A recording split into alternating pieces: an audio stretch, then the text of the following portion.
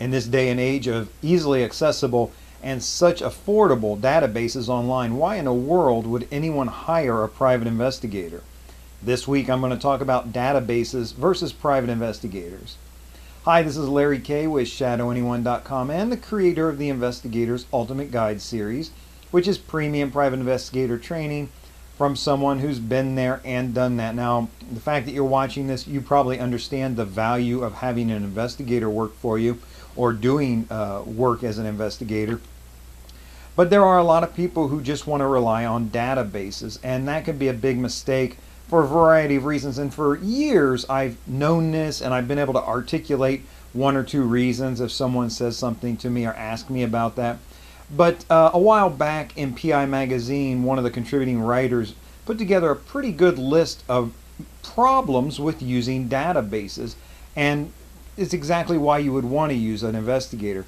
And I'm going to go through, I believe it was a woman who wrote it, so I'm going to go through just a bit of her list and talk about some of the disadvantages of databases that people just do not consider. Companies, individuals who refuse to hire an investigator because they think, oh, we've got the database, we're covered. The number one thing on the list is that databases are, they're unverified and inaccurate.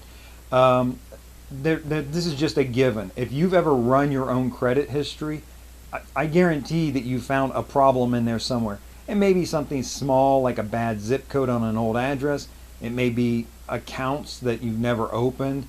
Maybe all sorts of problems. But databases are not verified. Nobody's going through the databases and making sure that the information that was put in is accurate.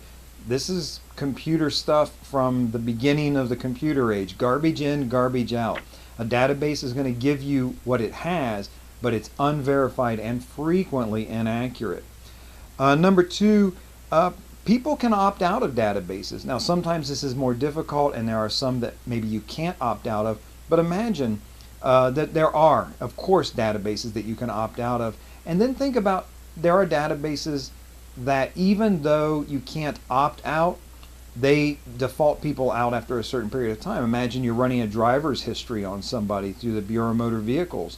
A lot of states, that driving citation drops off 36 months later. So now here you've run them through a database. They appear to have no accident history and no traffic citation history, but really they do. It's just not in the database anymore. Another problem is that with databases, you frequently have to have a permissible purpose to access them. This can be a real game changer depending on the type of investigation you're doing, including pre-employment screening. So if you don't have a permissible purpose to access the database and use that information, it's not helpful to you. Maybe it's not going to be admissible in court. Maybe it's not going to be something you can legally use for pre-employment screening. There are all sorts of restrictions at that point. And that goes right into the next point, that it may not be admissible in court.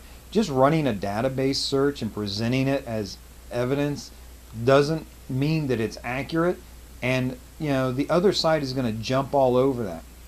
Whereas when a private investigator presents information and brings it to his client and it's presented in court, the private investigator has gone through the effort and expense and work to verify that the information is accurate, and he or she can testify to that as well.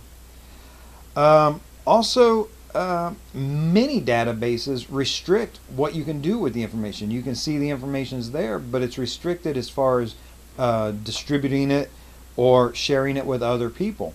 So now all of a sudden you know this information, but can you really use it? Maybe not. A lot of databases are restricted in that way. Look, databases have great purposes. We as investigators use them all the time.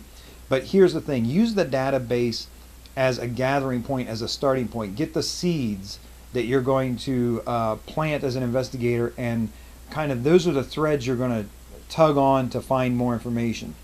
So maybe you run a driving history search and a assured clear distance ahead ticket comes up. Somebody running just the database says, yeah, they got a ticket 2 years ago for failing to assure clear distance ahead. That's what the database tells you. What is an investigator going to tell you? An investigator is going to tell you, hey, those tickets are they're generally only issued if they hit somebody. If they hit something, a tree, a house, another car, that's when that citation is issued. An investigator is going to know now to go and pull an accident report, look for an accident report at that date, time, location, and see if there's more information there. An investigator is going to know, well, many times out of accidents, there's civil litigation, there's lawsuits. He's going to know to go pull that file, look at whatever assets are listed in there, unravel a whole bunch of things. The database is going to tell you one little thing. They got a traffic ticket. The investigator is going to be able to tell you a whole bunch more and verify that that information is accurate.